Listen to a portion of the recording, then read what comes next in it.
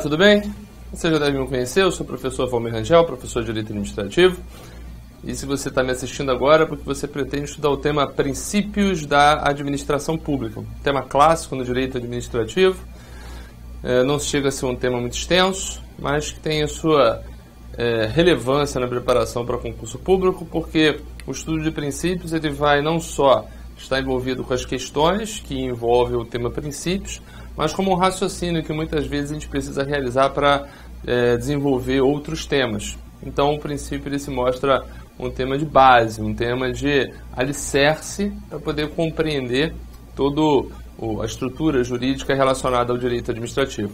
Então, nós vamos seguir aquela nossa velha prática, né? Vamos trazer o conteúdo, as informações, conforme a gente entende adequado numa preparação para concurso público. E durante o curso da nossa explanação nós vamos fazer alguns exercícios de fixação. Beleza? Então vamos nessa? Preparado? Princípios da administração pública. Como sempre, antes de mais nada, temos aí a nosso slide de apresentação, mais uma introdução. Antes da gente enfrentar efetivamente os princípios que norteiam a atuação da administração pública, cabe, acredito eu, uma introdução para que a gente possa se ambientar na forma como os princípios eles interferem no nosso ordenamento jurídico, sem pretender ser muito extenso, sem querer ficar aqui inventando muita história que não tem relevância para concurso público, mas isso se mostra importante, tá? Então, no ponto de vista introdutório, nós achamos interessante distinguir para você norma, regra e princípio. Nosso objeto é princípio, mas para que a gente possa entender em que contexto que os princípios interferem no ordenamento jurídico. Tudo bem? Eu vou explicar, depois nós vemos aqui para o nosso slide para compreender. Olha só, a ideia de norma, tecnicamente, em uma visão mais contemporânea dessas definições, a norma ela se apresenta como uma conduta que deve ser observada. Uma conduta no âmbito da sociedade que deve ser respeitada. E caso essa norma ela venha a ser violada, o que se espera é que exista uma repercussão negativa, uma sanção, uma penalidade para aquele que desobedece à norma. Tá? Então, genericamente falando, norma é uma conduta que se espera que seja observada. Agora, essa conduta que se espera que seja observada, ela vai se apresentar em mais de um contexto. Então, a gente vai chegar assim nas espécies de norma. Antes de chegar nessas espécies de norma, a pergunta é, da onde que nós extraímos essa norma?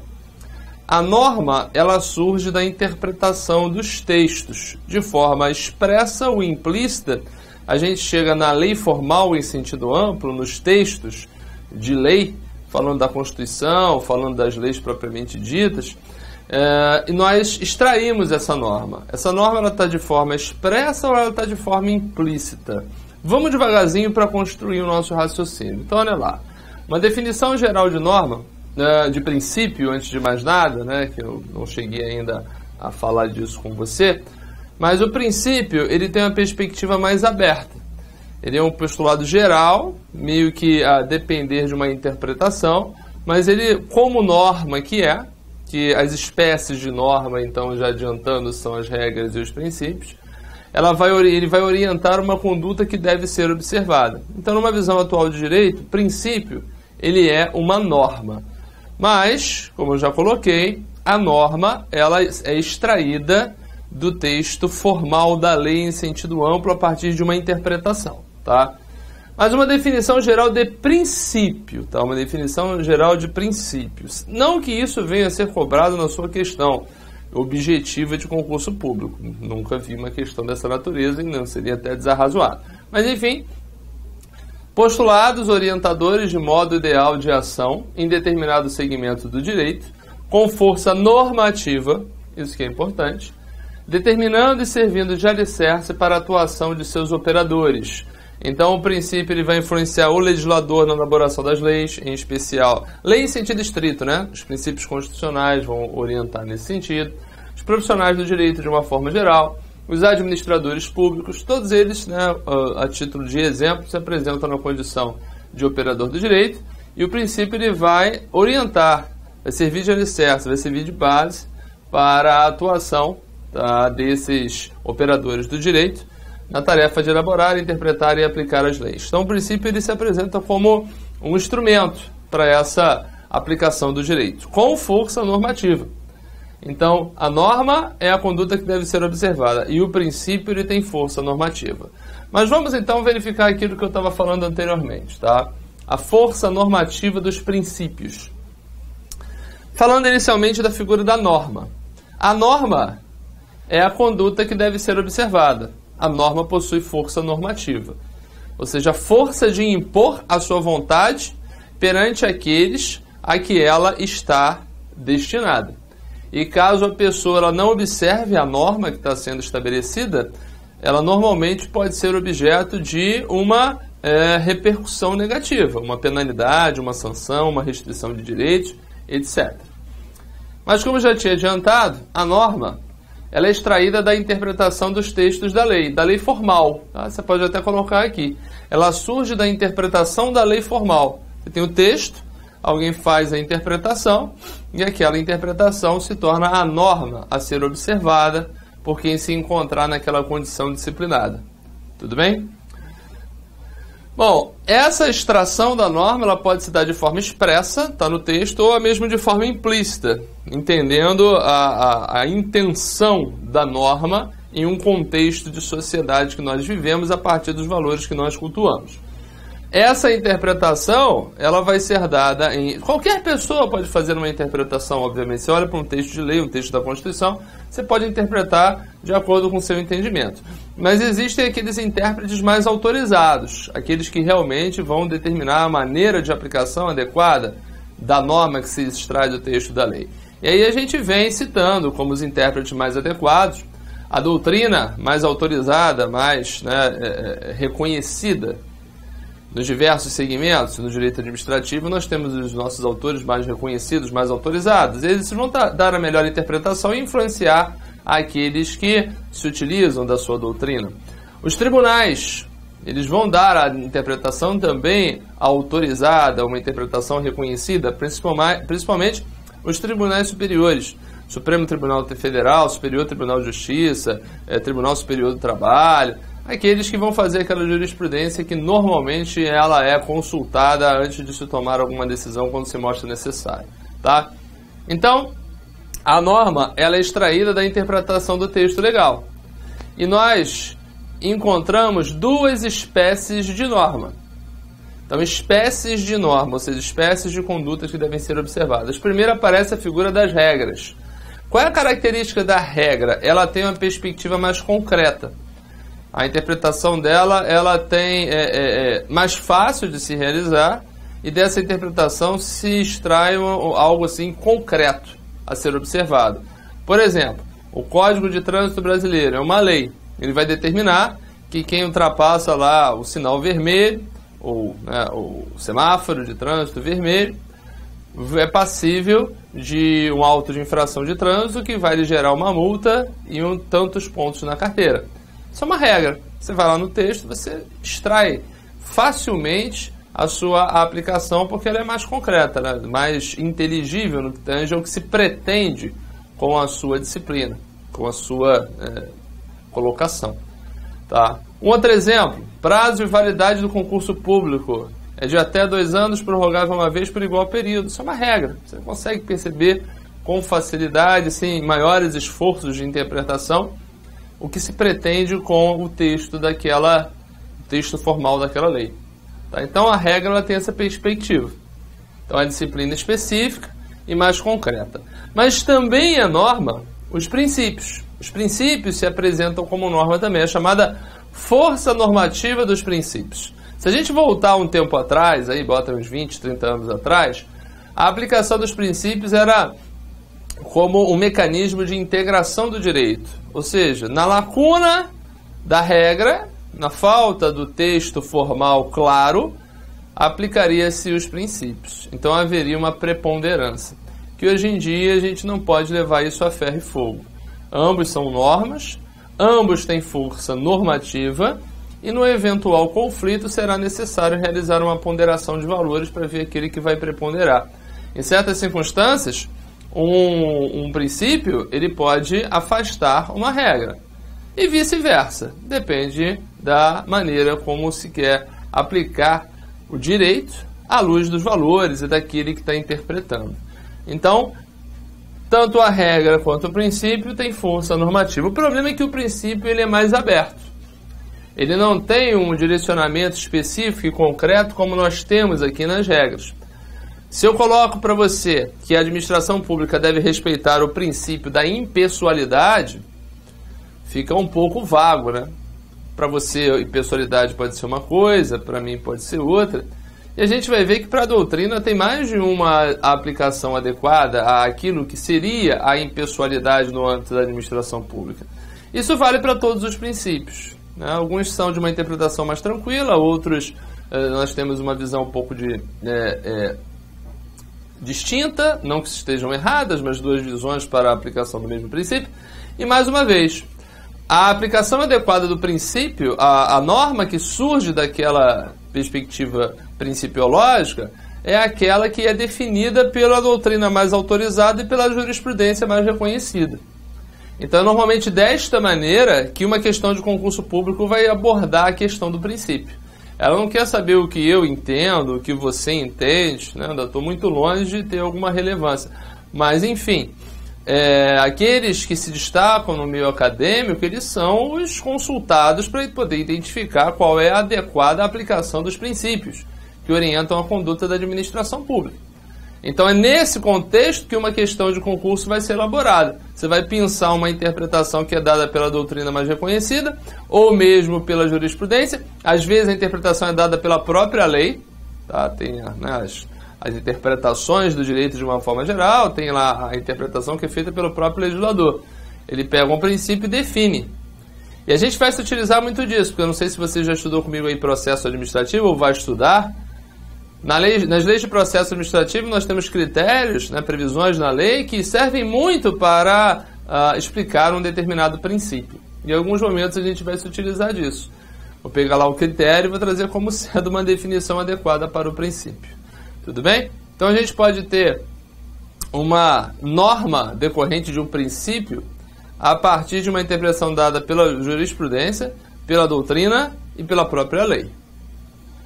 Então, fica assim. O princípio, uma disciplina aberta à interpretação. Conclusão, da interpretação da lei formal, os textos legais em sentido amplo, tá? Constituição, leis, atos normativos. Mais importante, Constituição e as leis, obviamente. São extraídas as normas, regras e princípios, que estão expressos ou implícitos, ambos com força normativa. Determinam condutas que são exigíveis para aqueles que se submetem a circunstâncias disciplinadas pela lei. Tudo bem? Tá, e quem é que pode fazer essa interpretação? A doutrina mais autorizada, mais reconhecida, a jurisprudência dos tribunais superiores, em especial, e também a própria lei, que em certas circunstâncias vai dar uma definição para a melhor aplicação de um certo princípio. Beleza? Então vamos lá, né? Visto aí essa introdução, eu vou ainda, a título de introdução, sem entrar nos princípios efetivamente, apresentar para você aonde que nós encontramos os princípios e falar um pouquinho da forma como eles se relacionam. Tudo bem? Então olha só, princípio pode ser um princípio que está expresso. Expresso significa escrito no texto de uma lei formal ou da Constituição. Então nós encontramos princípios expressos na Constituição, que vão orientar a administração pública, que é aquilo que nos importa aqui. Nós vamos encontrar princípios expressos nas leis. Eu vou apresentar algumas leis aqui que têm nos seus dispositivos certos princípios colocados de forma expressa. E existem os chamados princípios implícitos ou reconhecidos. São aqueles que são extraídos do sistema. Apesar de não estarem expressamente colocados nos textos, são reconhecidos a partir de uma interpretação sistemática. Ou seja, o ordenamento aqui ele reconhece que uma conduta desta natureza deve ser observada. Então, o que nós vamos estudar aqui? Bom, vamos lá, né? Princípios expressos na Constituição. Nós encontramos no artigo 37, nosso chamado LIMP, legalidade, impessoalidade, moralidade, publicidade e eficiência. Nós temos também, no texto constitucional, às vezes foge ao conhecimento, às vezes não chega a se falar, mas aqui eu vou falar com você, obviamente, o princípio do contraditório da ampla defesa que se aplica aos processos administrativos. Isso está expresso aqui no artigo 5º, inciso 55, lá no velho artigo 5º, que vai determinar lá os direitos individuais. Um deles é o respeito à ampla defesa e contraditória em processo judicial e processo administrativo. Além dos princípios constitucionais expressos, nós temos princípios infraconstitucionais expressos, e são expressos nas leis, no texto das leis. Eu trago aqui alguns exemplos. Processo administrativo, Lei 9784, artigo 2º, nós temos lá um total de 11 princípios expressos. Na Lei de Licitações e Contratos Administrativos, a Lei 8.666 de 93, no artigo 3º, nós temos lá uma relação de princípios também apresentados. Na Lei de Improbidade Administrativa, e de forma mais tranquila, nós temos lá no artigo 4º, na 8429.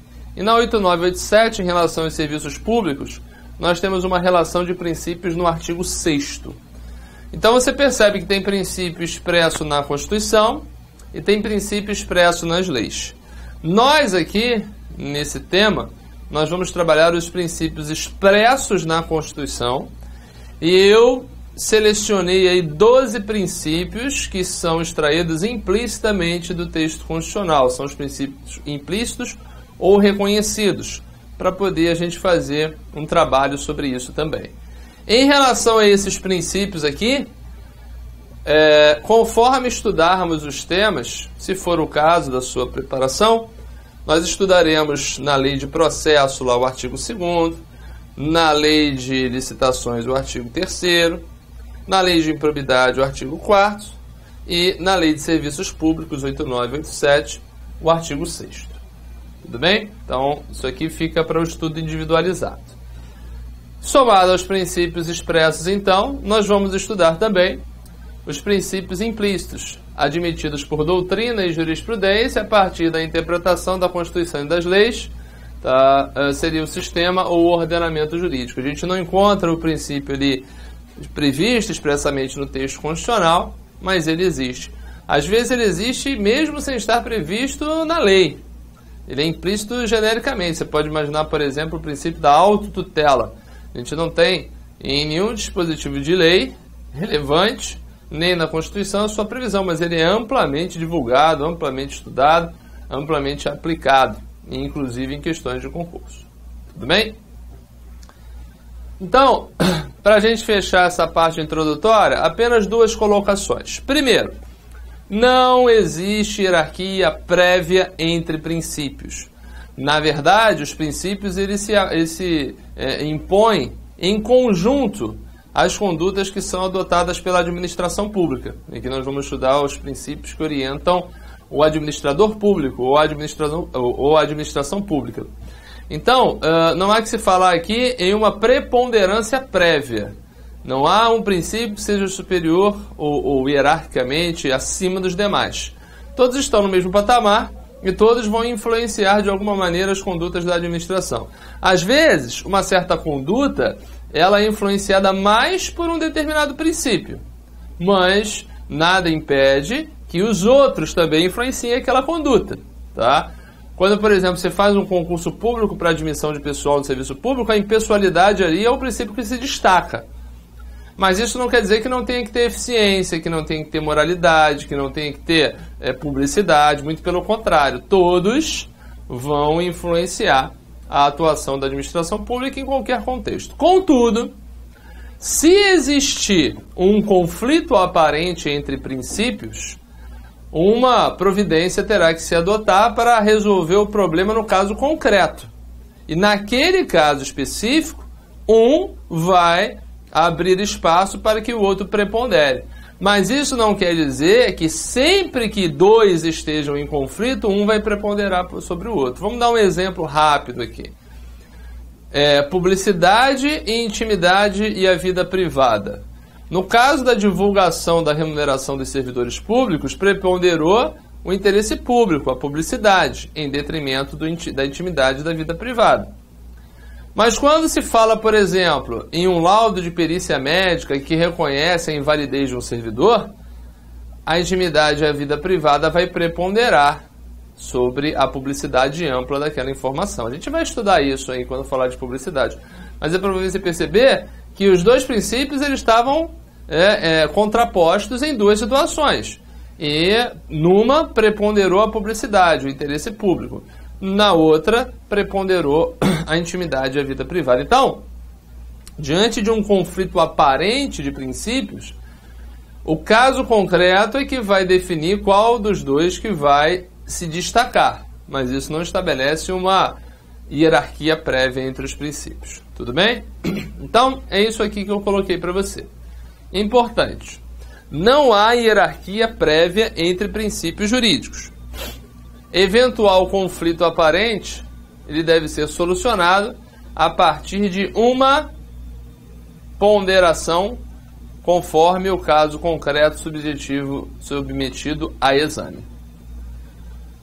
Tudo bem? Eu acho que a título de introdução é o suficiente. Vimos que o princípio ele tem força normativa, mas que ele depende de uma interpretação a ser dada por aqueles que são mais autorizados, que ele pode se apresentar de forma expressa ou implícita, e que não há uma hierarquia prévia estabelecida entre eles. No caso de um conflito, nós teremos a adoção da medida da ponderação para definir no caso concreto qual aquele princípio que vai se destacar e disciplinar especificamente a situação.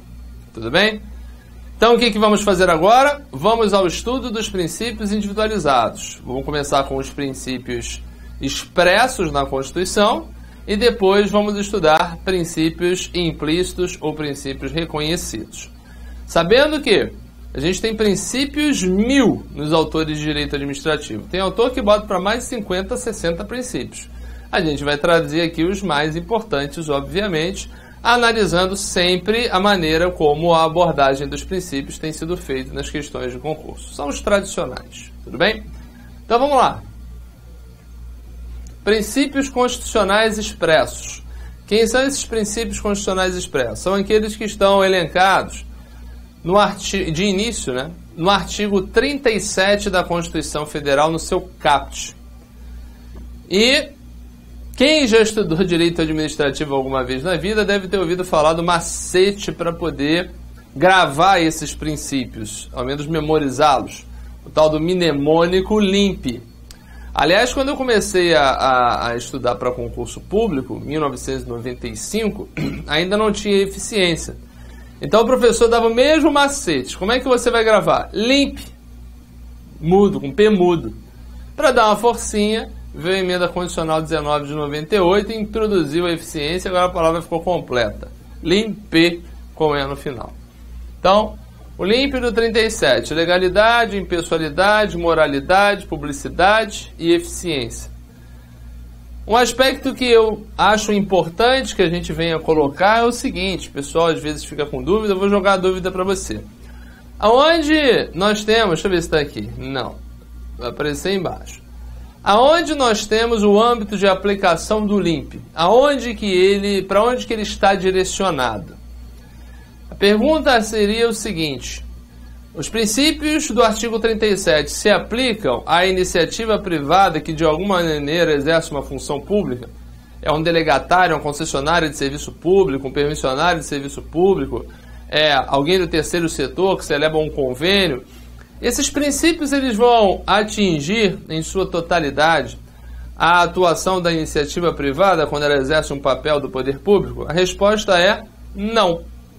Por que não? Porque a própria Constituição coloca isso, que nós vamos ver, e não há que se exigir, por exemplo, que todos os atos desses agentes delegatários em sentido amplo sejam públicos, porque ali é iniciativa privada. Não é a administração pública que está ali, apesar de exercendo por delegação uma função não típica de Estado, mas inerente a um controle, a uma fiscalização estatal, a uma atuação do próprio Estado. Tá? Ela tem que respeitar a impessoalidade em sentido amplo? Também não. Não tem que fazer concurso para admitir pessoal. Tá? As concessionárias, pessoal do mercado, não necessariamente precisa licitar. Tudo bem? Porque ali a gente não tem recursos públicos repassados. Então, isso é extraído do... É claro que quem presta serviços públicos, principalmente, e quem também atua lá no terceiro setor, colaborando com o poder público sem fins lucrativos, tem certas regras de direito público a observar. Os princípios da boa prestação do serviço público devem ser observados pelas concessionárias. Os princípios que orientam o gasto de recursos públicos têm que ser observados pelas entidades que recebem recursos orçamentários para colaborar com o poder público.